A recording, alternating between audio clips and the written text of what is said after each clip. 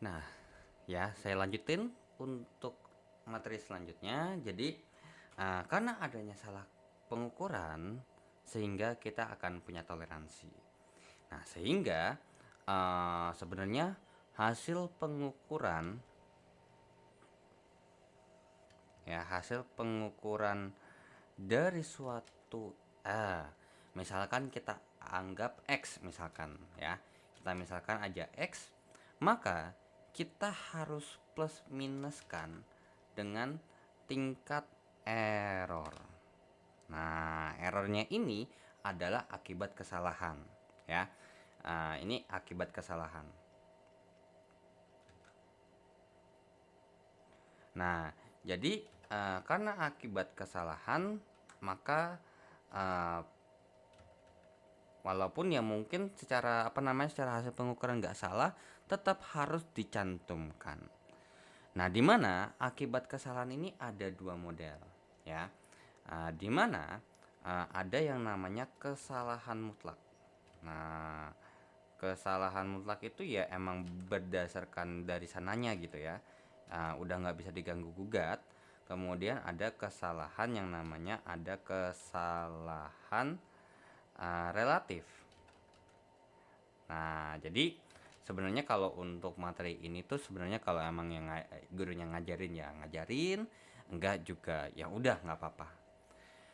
Nah, jadi kesalahan mutlak atau delta X ini sebenarnya bisa kita delta X ini atau kita tulis ini KR ya kalau yang bawah, kesalahan relatif, di mana untuk perhitungan KR ini adalah perbandingan antara kesalahan mutlak dengan atau tingkat errornya gitu ya. Tingkat errornya dengan apa? Dengan yang namanya hasil pengukurannya sendiri. Beda sama kesalahan mutlak. Kesalahan mutlak ini akan terbagi menjadi dua. Nah, pengukuran tunggal. Pengukuran tunggal yang artinya berarti ngukurnya cuma satu kali, di mana delta X-nya ini akan setara dengan yang namanya setengah dikali dengan skala terkecil. Atau ketelitian lah ya. Dikalikan dengan ketelitian alat. Sedangkan untuk pengukuran berulang, ya yang artinya berarti kalau misalnya kita ngukur ya lebih dari satu kali, maka delta X-nya bisa ini harus ada data ya berarti ya.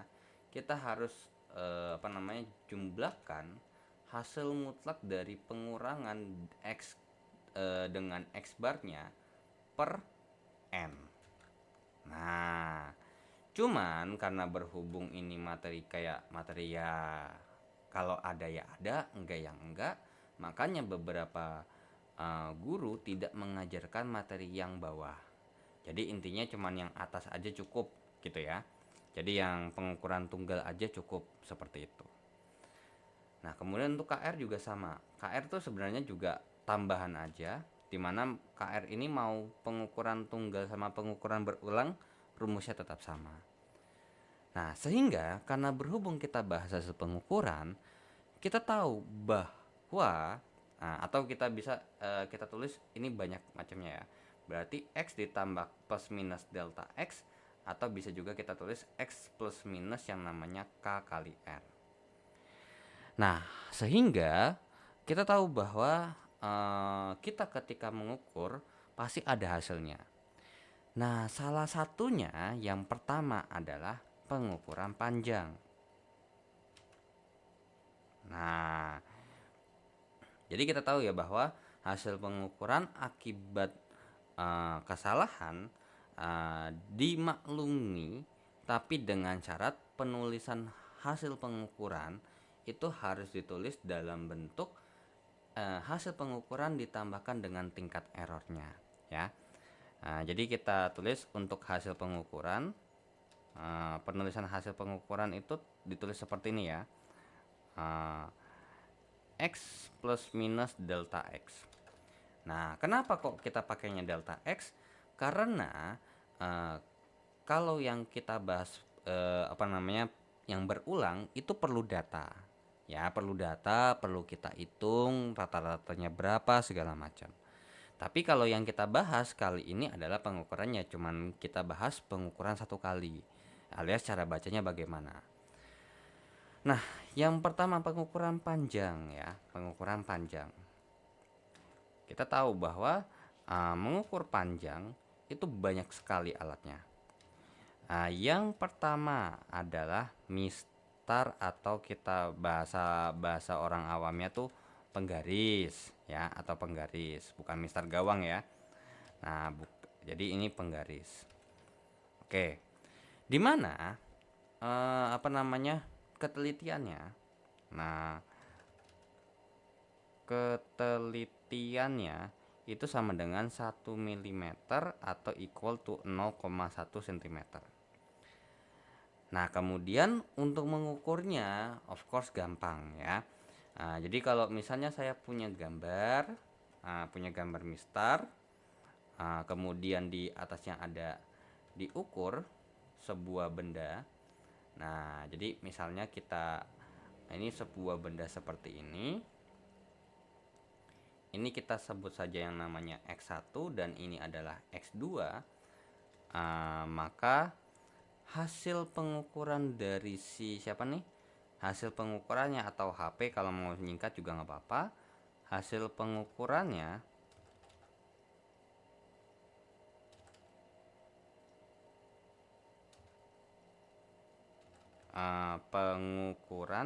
sama dengan X2 dikurangkan dengan X1 plus minus delta X, dimana berarti X2 kurang X1.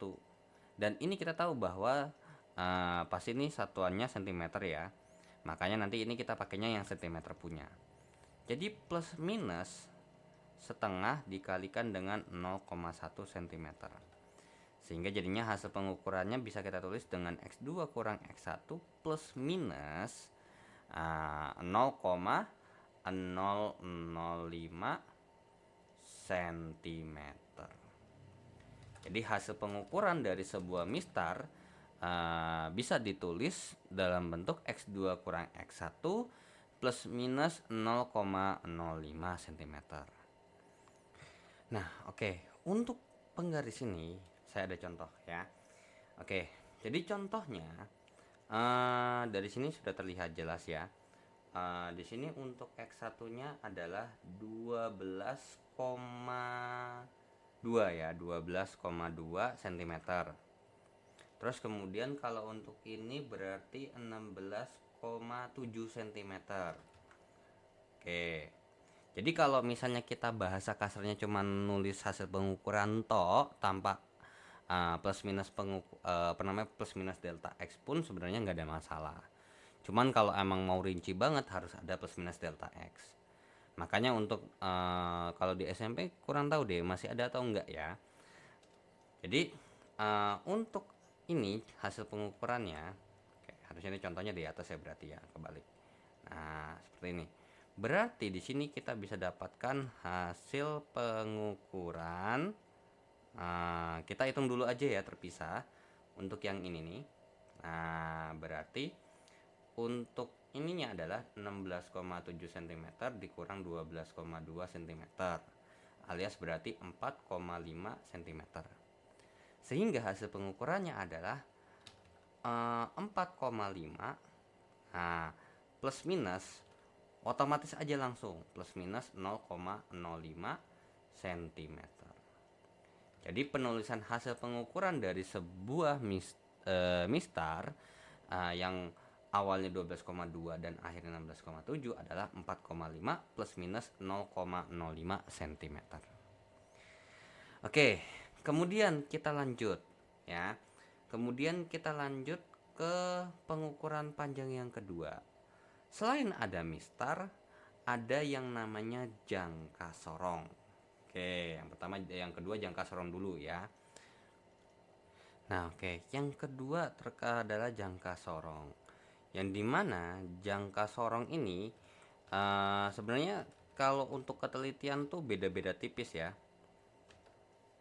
Nah, kalau jangka sorong, kalau tadi kan untuk Mister kan 1 mm nih.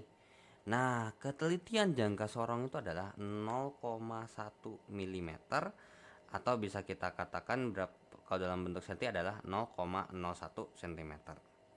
Tinggal nanti masalah yang ini kita pakai yang mana. Nah, jadi untuk hasil pengukuran jangka sorong, jadi gini, ini mungkin langsung aja ke contohnya aja, karena kalau misalnya ada gambarnya sendiri pun juga tetap nanti bakal langsung kita pakai aja. Jadi jangka sorong itu mempunyai dua bagian. Nah, ini adalah skala utama yang dimana ini bisa bergerak. Nah, kemudian ini adalah skala nonius. Skala utama tuh yang tetapnya ya. Sedangkan yang bergerak ini adalah skala nonius. Dimana untuk hasil pengukurannya sendiri itu bisa kita tulis seperti ini ya. Hasil pengukurannya sendiri adalah angka skala utama plus 0,01 dikali dengan skala nonius. Berarti setelah itu plus minus setengah kali skala terkecil, kan gitu ya. Ya udah, berarti kalau kita kerjakan atau kita masukkan ketelitiannya, dan dimana jangka sorong ini masih satuannya cm ya, masih satuannya cm nih. Ini masih satuannya cm ya, sesuai dengan ininya cm. Berarti setengah kalinya kita pakai yang 0,001. Nah, 0,001. Sehingga berarti ini bisa kita bilang jadinya skala utama plus 0,01 plus minus 0,0005 cm. Nah, kemudian untuk skala utamanya yang mana? Nah, skala utama itu gini. Cari skala utama yang kalau kita bisa bilang itu sebenarnya yang sudah dilewati skala nonius terakhir. Nah, kalau kita lihat nih, skala noniusnya kan ada di sini ya. Nih, ada di sini nih. Set. Nah, kurang lebih di sini. Nah, kalau kita perhatikan di sebelumnya atau di sebelah kirinya, itu yang paling dekat adalah angka 10. Berarti angka yang dipakai di skala utama adalah angka 10. Jadi kita tulisnya adalah 10 plus 0,01 dikalikan dengan, nah, skala yang geser, atau ini yang bergeser ya. Ini yang geser nih. Nah, kalau untuk yang skala yang geser, angka yang gesernya ini harus yang mepet sama skala utama. Yang mana tuh? Nah, yang ini nih. Angka berapa? 1, 2. Nah, berarti 0,01 dikalikan dengan 2 plus minus 0,005 cm. Sehingga ini jadinya jawabannya adalah 10,02 plus minus 0,005 cm. Jadi beginilah penulisan dari hasil pengukuran jangka sorong ya. Dimana untuk pengukurannya sendiri itu menggunakan formula seperti ini. Kalau tadi untuk yang penggaris adalah X2 kurang X1, kalau untuk jangka sorong skala utama plus 0,01 kali skala nonius ya. Nah, atau ini mungkin saya kasih notes untuk skala utamanya ini adalah angka terdekat di sebelah kiri angka 0 skala nonius. Sedangkan kalau untuk skala noniusnya sendiri itu kita pakai angkanya adalah skala yang berhimpit atau angka yang berhimpit atau yang mepet pada dengan skala utama, ya. Jadi kalau misalnya gambarnya begini nih, misalnya atas 1 2 3, misalnya ini kan 3,3 ya misalkan. Ternyata atau gini, betul loh. Nah, misalnya ini angka nolnya. Berarti kalau kita compare ini angka nolnya di sini, maka yang paling kiri, yang paling dekat adalah yang ini. Berarti 3,3. Itu skala utamanya, ya. Kalau skala utamanya tuh emang jadi harus terdekat dari dari angka 0 skala nonius, tapi yang ke sebelah kiri bukan yang ke sebelah kanan, ya. Oke, itu untuk jangka sorong. Ada yang ketiga, yaitu adalah micrometer scrope. Nah, untuk micrometer scrope sendiri, nah kalau tadi kalau sebelumnya untuk jangka sorong kan 0,1 mm. Nah, kalau ini ketelitiannya adalah 0,01 mm atau 0,001 cm. Nah, oke. Ini udah contoh soalnya juga nih sekaligus. Nah, sedikit mirip sebenarnya sama jangka sorong. Cuman bedanya adalah kalau misalkan jangka sorong skala utamanya di atas, skala Indonesia di bawah, maka kalau untuk micrometer scrope, skala utamanya tuh di sebelah kiri.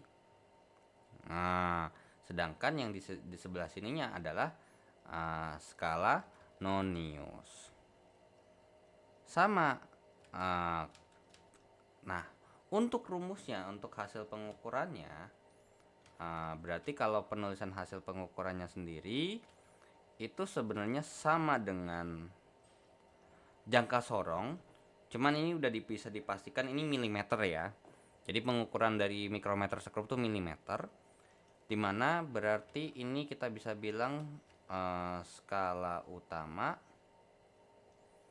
plus 0,01 dikalikan dengan skala nonius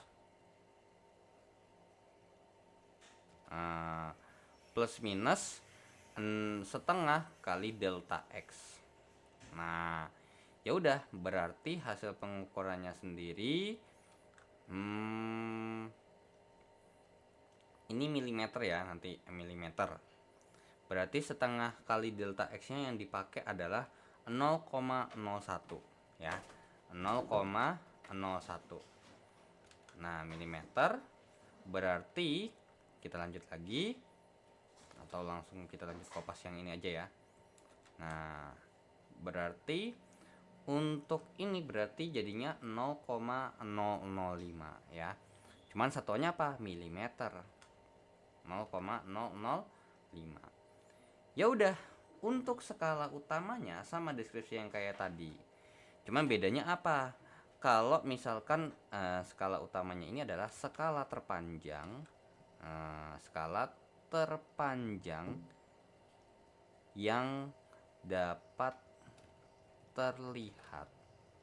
Nah, atau bahasa kasarnya atau bahasa gampangnya begini, angka yang paling kanan di skala utama. Nah, kita cek nih skala utama, angka yang paling kanan yang mana? Oh, ternyata yang ini nih. Nah, yang ini nih. Set. Jadi ini angkanya 3, ini 3,5, ini 4,5, 5,5, ini 6,5. Berarti skala utama yang dipakai adalah 6,5 ya. Terus untuk skala noniusnya juga sama deskripsinya kayak di jangka sorong. Skala nonius adalah angka yang berhimpit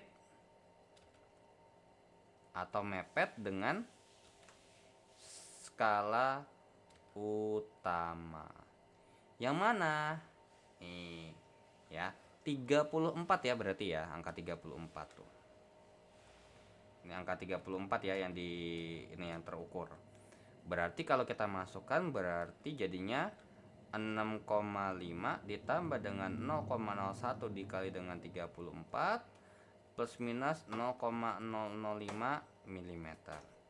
Sehingga bisa kita tulis dengan 6,84 ya. Kan 6,5 tambah 0,34 ya.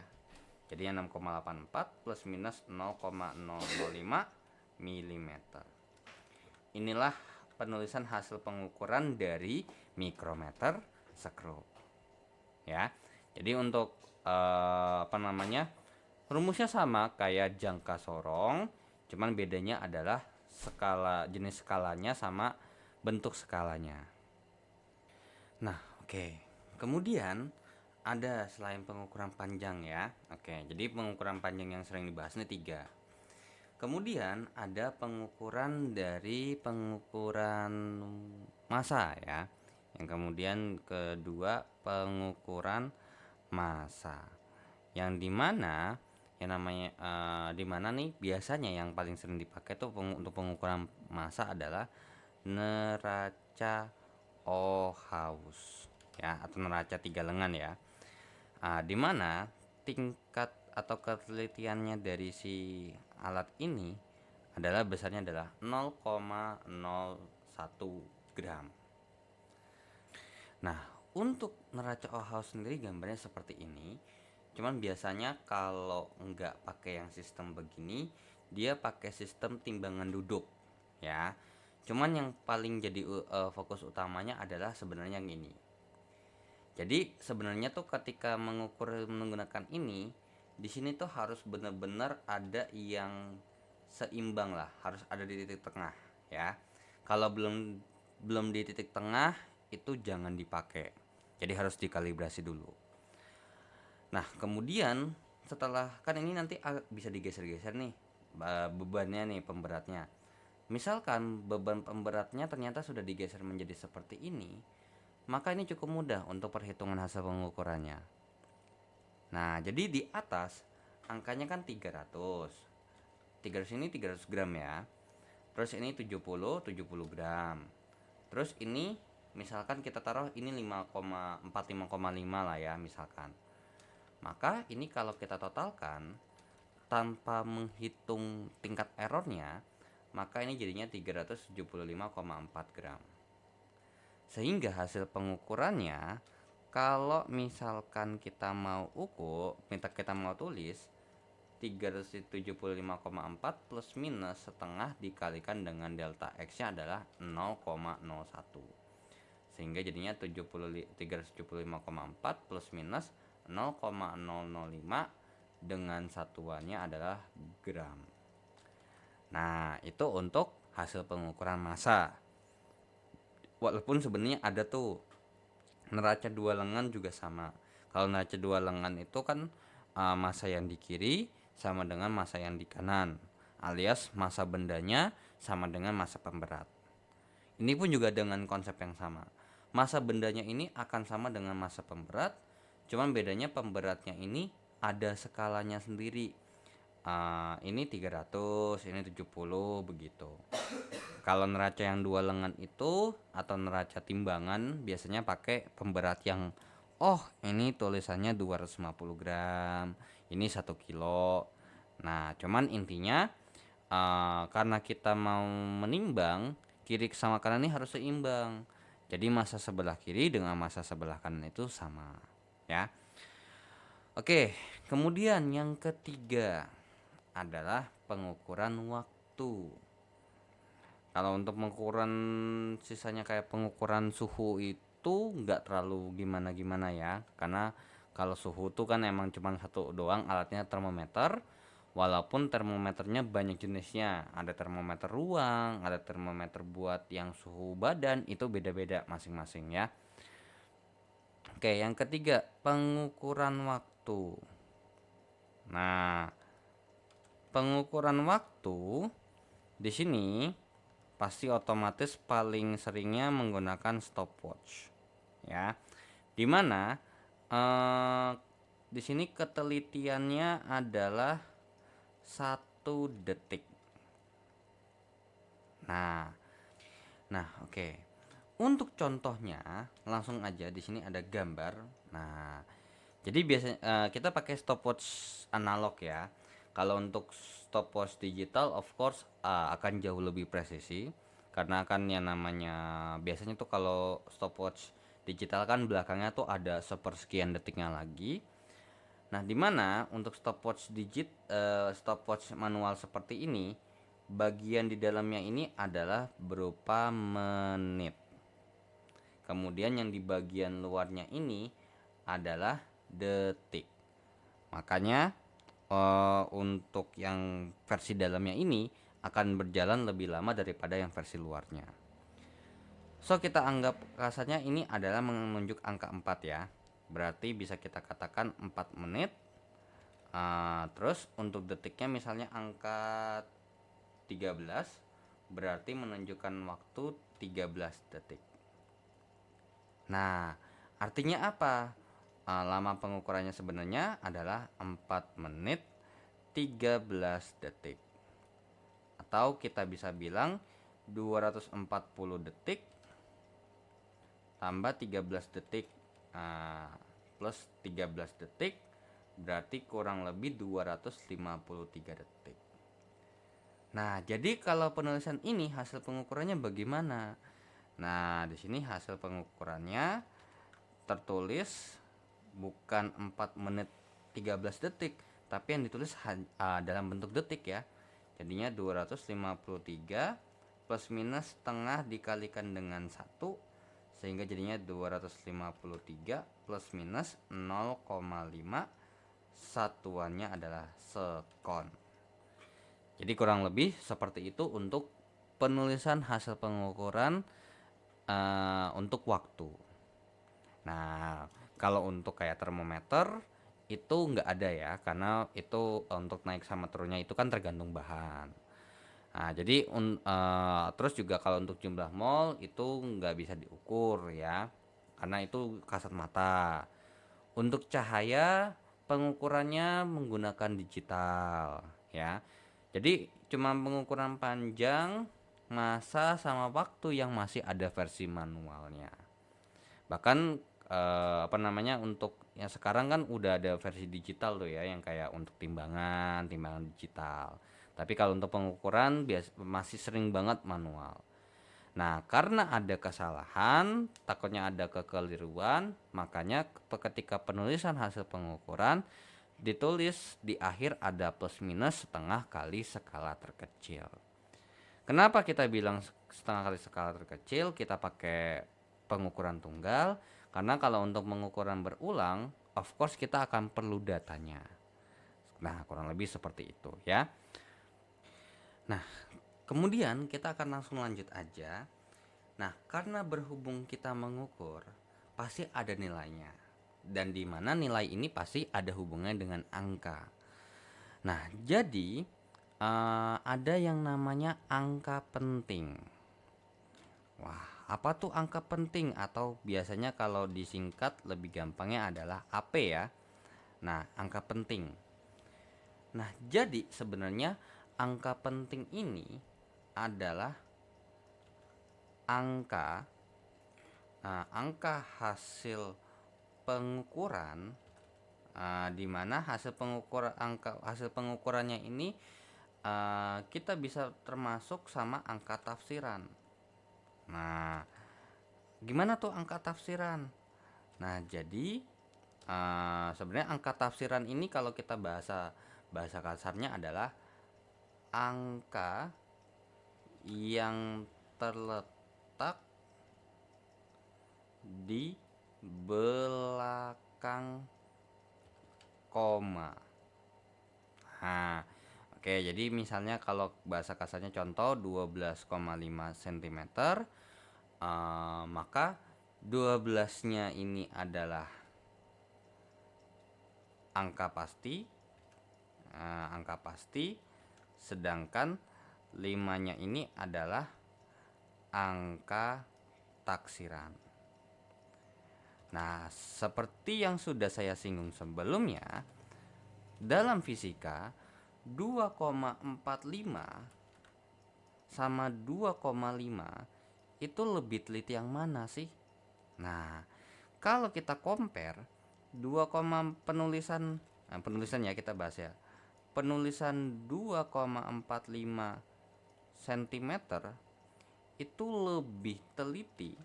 Nah, atau akan lebih teliti atau mungkin memberikan dampak yang lebih besar dibandingkan dengan penulisan yang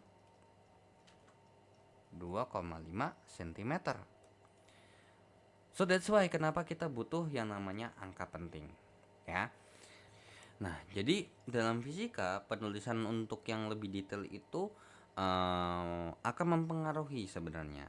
Makanya kalau misalnya dalam fisika, kalau mungkin nggak untuk mengukur, kalau misalnya ada dua angka di belakang koma, tulis dua-duanya, jangan dilakukan pembulatan ya, karena takutnya salah tafsir. Nah, itu yang akan jadi masalah. Terkecuali ketika menghitung secara matematis, nah itu mungkin tidak akan dipermasalahkan ya. Nah, oke. Untuk aturan angka penting itu ada aturannya. Aturan angka penting atau aturan AP ya, saya singkatnya aja ya. Oke. Yang pertama, semua angka bukan 0, oke. Semua angka bukan 0 adalah angka penting. Oke, jadi di garis bawahi ya. Semua angka bukan 0 adalah angka penting. Oke, contohnya 3,21. Oh, ini bukan angka 0 semua. Jadi ada 1, 2, 3. Ada 3 angka penting. Nah, kemudian 1,559. Wah, ini udah jelas banget ya. 1, 2, 3, 4. Oh, berarti 4 angka penting. Nah, kurang lebih seperti itu yang untuk yang syarat yang pertama. Kemudian yang kedua adalah angka 0 yang terletak di antara angka bukan 0 adalah angka penting. Nah, oke, contohnya bagaimana? Contohnya 3,01. Oh, ada angka 0 nih di antara angka bukan 0. Jadi 0-nya ini termasuk nggak? Termasuk. Jadi ada 3 angka penting. Kemudian contoh lagi, 20,09. Wah, 2 angka 0 ini ada di antara 2 sama 9. Berarti termasuk angka penting juga. Berarti di sini terdapat 4 angka penting, ya. Jadi yang kedua adalah angka 0 di antara angka bukan 0. Nah, kemudian yang ketiga ada aturan lagi. Angka 0 yang terletak di belakang desimal itu juga adalah angka penting. Jadi kalau misalnya 24,0 itu dibilangnya termasuk angka penting juga. Sebagai contoh ya, contoh 3,00. Nah, jadi kalau ini termasuk angka penting karena apa? Sangat penting untuk perhitungan ya. Untuk pengukuran itu sangat penting. Karena 3,00 sama 3 itu beda gitu loh. Kalau secara fisika ya, itu dianggap beda.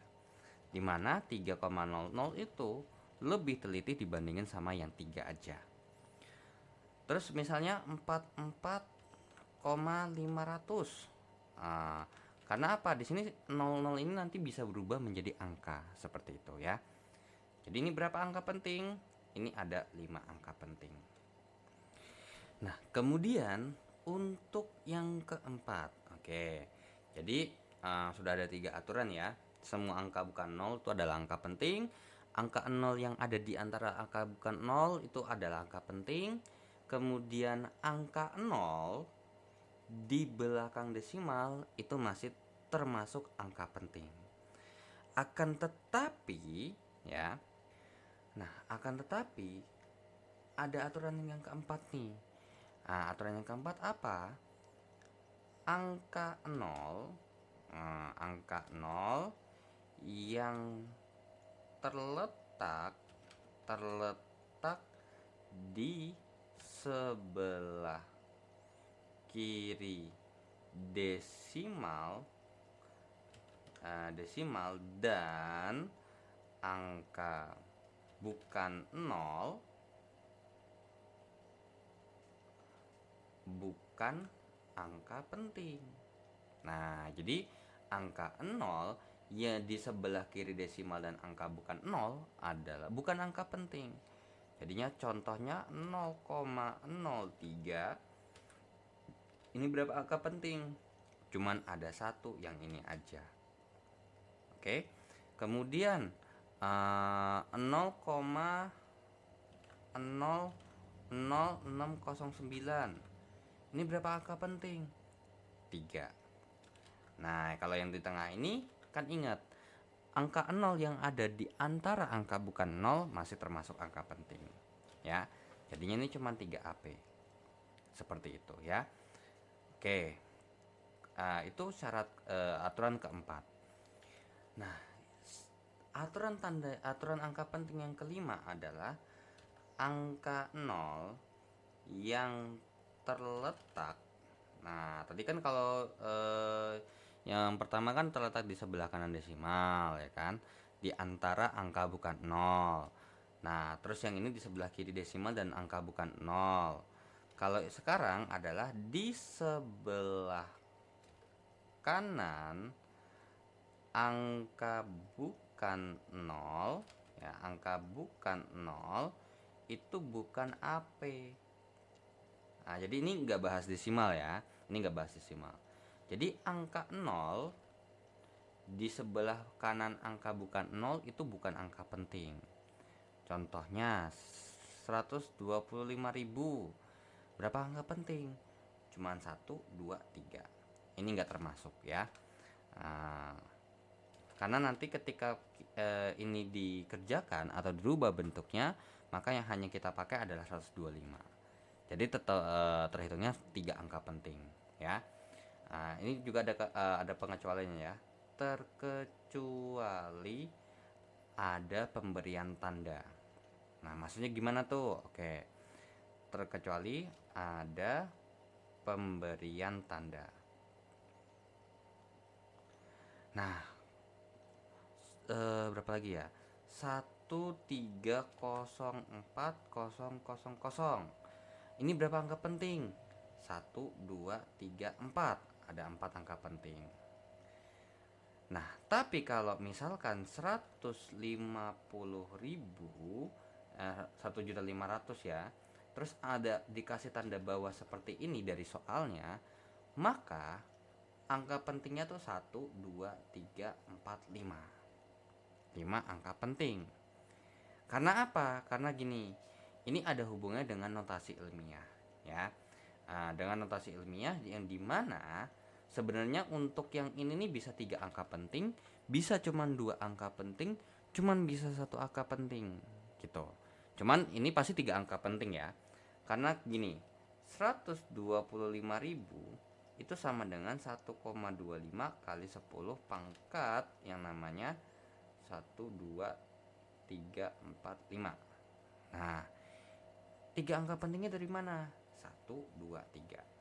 Karena semua angka bukan 0 merupakan angka penting. Terus yang ini berarti 1304, 0-nya ada 4 kali. Ini bisa kita tulis 1,304 dikalikan dengan yang namanya 10 pangkat 3 tambah 4, 7. Nah, ini ada berapa angka penting? 1, 2, 3, 4. Ada 4 AP di sini. Di sini ada 3 AP. So that's why kenapa di sini ada 3 AP. Terkecuali kalau dikasih tanda. Apa yang akan terjadi? 1.500.000 ya. Nah, maka yang akan terjadi penulisannya adalah 1500 gini ya. 15000 dikali dengan 10 pangkat 2. Nah, ini terhitung sebagai angka penting semua. Nah, kurang lebih seperti itu. Cuman ya sebenarnya kalau kalau ini emang nggak bisa ya kalau dibikin jadi notasi ilmiah. Karena notasi ilmiahnya tetap 1,5 kali 10 pangkat 6 seperti itu ya. Nah, terus misalnya nih, mungkin nggak sih angka pentingnya ini bisa berkurang? Bisa. Dengan cara apa? Melakukan pembulatan. Nah, di mana di sini aturan pembulatannya cukup berbeda dengan yang namanya aturan pembulatan yang biasa kita pelajari. Jadi di sini sebenarnya mirip, cuman ada aturan khusus ya. Aturan pembulatan. Nah, yang pertama adalah kalau misalnya angka atau angka yang nilainya lebih besar daripada 5, maka pembulatan ke atas. Pembulatan ke atas. Contohnya 6,38 kalau kita bulatkan menjadi 6,40. Karena apa? Angka 8-nya ini nilainya lebih daripada 5. Oke, kalau ini mungkin gak jauh berbeda ya dengan aturan yang biasa kita pakai. Nah, kemudian yang kedua adalah kalau misalnya angkanya nilainya lebih kecil daripada 5,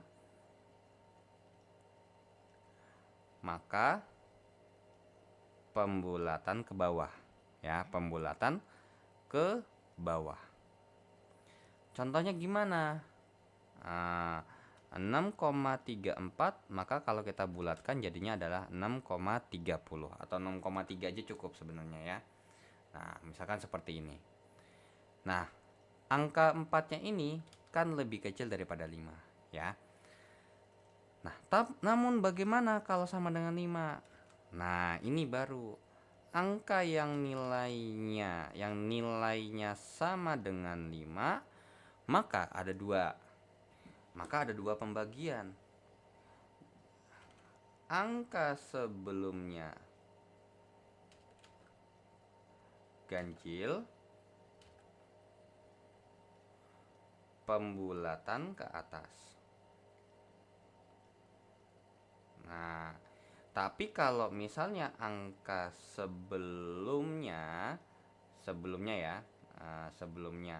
genap, pembulatan ke bawah.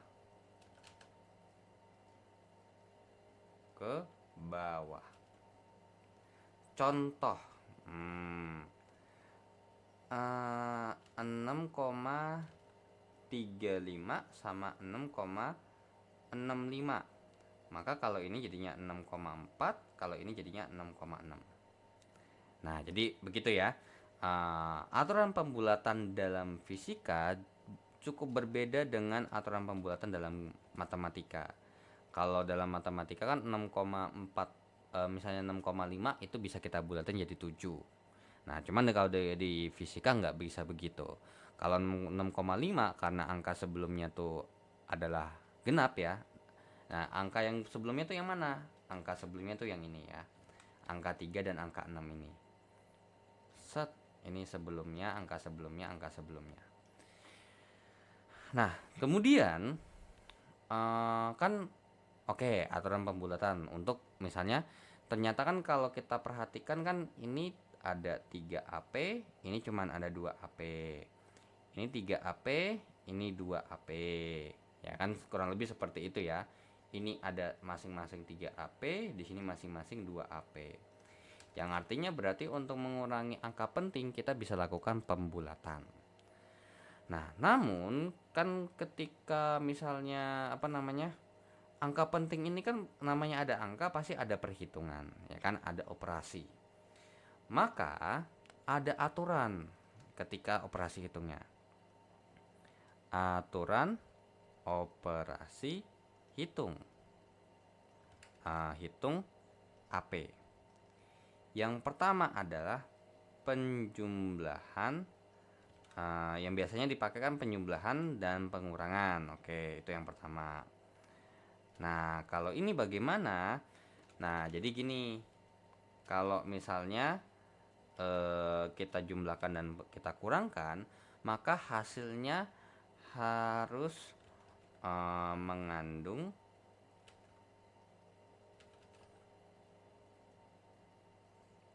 angka taksiran paling dikit. Nah, paling sedikit. Di mana angka taksiran itu ada di sebelah kanan atau di belakangnya koma kan? Di sini juga udah masih ada ya. Tertera angka taksiran adalah angka yang terletak di belakang koma. Oke, jadi kalau penjumlahan dan pengurangan maka harus mengandung angka taksiran yang paling sedikit. Oke, contoh. Nah, jadi kalau untuk penjumlahan sama pengurangan itu bukan dari bukan angka penting ya, bukan berdasarkan angka penting, melainkan mengenai jumlah angka taksiran. Oke, 23,12 kalau ditambahkan dengan 1,2 berarti ini kan jadinya 24,32 ya kan? Ya kayak biasa lah ya, ngitung kayak biasa dari paling belakang. Ini kan 0. Nah, kalau kita perhatikan ini 2 angka tafsiran ya, 2 angka tafsiran. Sedangkan kalau ini ada 1 angka tafsiran. Berarti yang kita pakai untuk hasil perhitungan adalah yang bawah, yang cuma dapat 1 angka tafsiran. Tapi kalau kita perhatikan di jawabannya ternyata masih ada berapa angka tafsiran? Ternyata 2 angka tafsiran. Nah, karena kita mau merubah dia angka tafsirannya menjadi 1 angka tafsiran, maka kita lakukan pembulatan. Jadinya 24,3. Sehingga ya ini jadi 1 angka tafsiran. Nah, untuk pembulatannya sendiri sama kayak yang tadi yang disebutkan ya. Kalau misalnya angka nilainya lebih kecil daripada 5 nih, yang duanya ini, maka kita bulatkan ke bawah seperti itu ya. Oke, ini angka tafsiran. Begitu juga untuk pengurangan ya. Kalau untuk pengurangannya sama, tinggal dilihat berapa sih angka tafsiran yang paling sedikit. Nah, atau misal mungkin saya kasih contoh lagi, 21,9 dikurangkan dengan 1,15. Ini kalau dikurang hasilnya adalah 20,75 misalkan. Nah, berarti kalau kita lihat ini ada berapa angka tafsiran? 1. Kalau ini 2. Sedangkan di jawabannya ada 2. Berarti kita mau milihnya yang mana? Yang 1 angka tafsiran aja nih. Nah, karena berhubung 20,75 belakangnya angka 5 dan depannya adalah angka ganjil, maka kita lakukan pembulatan ke atas. Sehingga jadinya jawabannya 20,8. Nah, ini jadinya 1 angka tafsiran. Jadi sesuai. Jadi jawabannya itu kalau kita mau berhitung berdasarkan angka penting, maka jawabannya yang ini bukan 2,432, melainkan 24,3. Kalau yang ini bukan 20,75, melainkan 20,8. Ya. Jadi ketika kita melakukan pembulatan itu bukan nggak ada dasarnya, ya. Beda sama kalau pas lagi hitung matematis. Kalau secara matematis untuk melakukan pembulatan itu mungkin ada syaratnya. Oh, kalian kalau mau ngitung 2 angka di belakang koma deh. Nah, berarti kalau misalnya 3 angka di belakang koma dilakukan pembulatan. Tapi kalau misalnya cuma 1 angka di belakang koma, nggak dibulatin juga nggak apa-apa. Seperti itu ya. Oke, kemudian yang kedua, ini kan penjumlahan dan pengurangan. Nah, ini perkalian dan pembagian. Nah, dan pembagian. Maka kalau untuk perkalian dan pembagian, hasilnya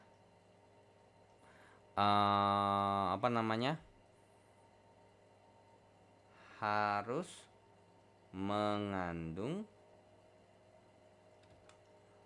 banyak angka penting ya. Kalau untuk perkalian sama pembagian pakai angka penting. Banyak angka penting paling sedikit. Nah, paling sedikit. Oke, contoh. Nah, misalkan contoh 12,2 dikali dengan 3,5, maka jawabannya harusnya adalah 42,70. Ini 3 angka penting. Ini 2 angka penting. Maka yang kita pakai adalah ini. Tapi kenyataannya ini kan 4 angka penting nih. Nah, kalau misalnya kita buang 1, ini 4,42,7. Tapi ternyata ini masih 3 angka penting. Kita reduksi lagi. 42,7, 7-nya kita ilangin, maka jadinya 43. Nah, kenapa kita lakukan pembulatan ya? Jadi jawabannya 12,2 kali 3,5 kalau berdasarkan aturan angka penting, maka jawaban yang benar adalah 43. Seperti itu ya. Nah, atau begini juga, ada lagi contoh lagi ya. 3,214 dikali dengan 121, maka jawabannya adalah 388,894. Kalau kita perhatikan, ini mengandung 4 angka penting, ini 3 angka penting. Nah, 4 sama 3 paling sedikit adalah 3 ya, yang lebih sedikit. Nah, sedangkan di sini jawabannya 1, 2, 3, 4, 5, 6. Ada 6 angka penting. Nah, bagaimana tuh? Nah, jadi sebenarnya ini bisa banyak ngakalinnya jawabannya. Mungkin ini bisa lah kalau kita bisa bilang jadinya 389,000. Karena kalau berdasarkan seluruh angka yang berada di sebelah kanan ya. Nah, coba saya cek ulang dulu. Kalau misalnya di belakang angka bukan 0 tapi nggak ada desimalnya, maka itu termasuk bukan angka penting. Jadi jawabannya segini. Itu boleh. Tapi kalau misalnya mau bikinnya bentuknya begini, mau bentuknya bikin 388,000 juga boleh, nggak ada masalah ya. Atau bahkan mau dikasih bawahnya garis tertentu atau tanda, itu juga boleh ya. Nah, cuman karena jarang sekali untuk pengukuran angkanya hasilnya seperti ini, maka untuk untuk soal perkalian dan pembagian angka seperti ini pun itu jarang sekali ya, karena pengukuran itu kan pasti ada desimalnya ya. Oke, ini untuk perkalian dan pembagian juga sama ya, dihitung dulu. Nah, setelah dihitung coba kita cek bagaimana nih, apakah angka pentingnya udah sesuai atau belum dengan yang paling sedikit. Kalau misalnya belum, ya berarti bisa ditambahin atau dikurangkan tanpa tanpa melanggar aturan dari angka penting itu sendiri. Nah, biasanya paling sering tuh begini ya, paling sering tuh nomor 1 sama nomor 2. Kalau nomor 3 ada lagi sebenarnya aturan nomor 3. Sebenarnya untuk aturan nomor 3 ini sebenarnya aturan untuk perpangkatan atau pemangkatan dan penarikan akar. Nah, ini sama seperti mirip perkalian dan pembagian. Jadi apa? Kalau perkalian dan pembagian itu hasil akhirnya adalah mengandung jumlah angka penting yang paling sedikit. Nah, cuman kalau misalnya kita bahasa kasarnya tuh contoh 2,5 pangkat 2, karena berhubung ini 2 angka penting, dan kalau kita hitung jawabannya ini kan 6,25. 6,25 ini berapa angka penting? 3 angka penting.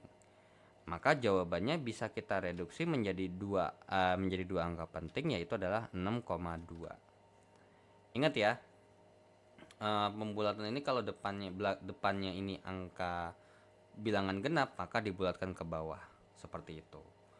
Nah, itu kalau mau secara fisika ya. Kalau secara matematis mau tulis 6,3 diperbolehkan. Begitu juga untuk akar 225. Nah, akar 225. Nah, ini kan jadi 15. Sedangkan ini 3 angka penting nih. Nah, ini 2 angka penting. Nah, kalau mau nambahin angka penting gampang. 15-nya kali dibikin koma 0. Karena apa? Angka 0 yang berada di belakang di belakang desimal itu termasuk angka penting. Nah, jadi ini termasuk ini 3 angka penting. Kalau ini termasuk 2 angka penting. Disesuaikan dengan yang dari soalnya lah bahasanya. Nah, kurang lebih seperti itu untuk aturan operasi hitung angka penting. Nah, dan terus untuk satu lagi nih, sebenarnya masih ada kaitannya dengan pengukuran. Nah, kalau untuk pengukuran sendiri, kita tahu bahwa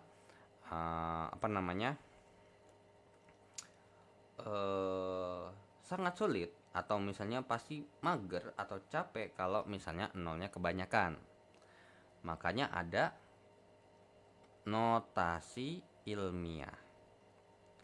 Nah, di mana notasi ilmiah sendiri itu mempunyai syarat penulisan, yaitu adalah A dikali dengan 10 pangkat N, di mana gitu ya.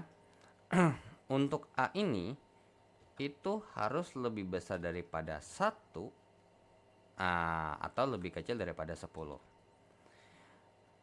Terus untuk N-nya, ini N-nya adalah bilangan bulat. Oke, langsung contoh aja. 1.250.000. Nah, ini cara baca saya ya. Nah, angka yang bukan 0 adalah angka 125 ini. Berarti kalau misalnya kalau kita mau bikin syaratnya seperti ini, maka ini jadi 1,25. Ya kan? Jadi 1,25. Nah, lalu kalau udah kalian taruh koma bayangannya di sini. Nah, untuk kan gini ya, kan koma bayangannya kan ada di sini. Nah, tapi koma aslinya itu ada di sini, di paling belakang. Maka dari yang bayangan ini, kalau misalnya mau ke yang tempat aslinya, kira-kira maju berapa kali? 1, 2, 3, 4, 5, 6. Berarti dikali dengan 10 pangkat 6. Nah, kurang lebih seperti itu ya. Terus ada lagi nggak? Ada lagi contohnya. Misalkan 0,0000045. Berarti yang termasuk angka yang bukan 0 adalah 45. Nah, supaya memenuhi syarat pembentukan notasi ilmiah di antara 1 sampai 10, maka 45 ini adalah 4,5. Nah, kita kasih taruh koma bayangannya di antara 4 sama 5 ini. Nah, koma asalnya itu ada di soal. Nah, arahnya kemana? 1, 2, 3, 4, 5. Tapi karena dia arahnya ke kiri, maka jadinya pangkatnya jadi minus. Nah, kurang lebih seperti itu untuk notasi ilmiah. Nah, jadi buat apa?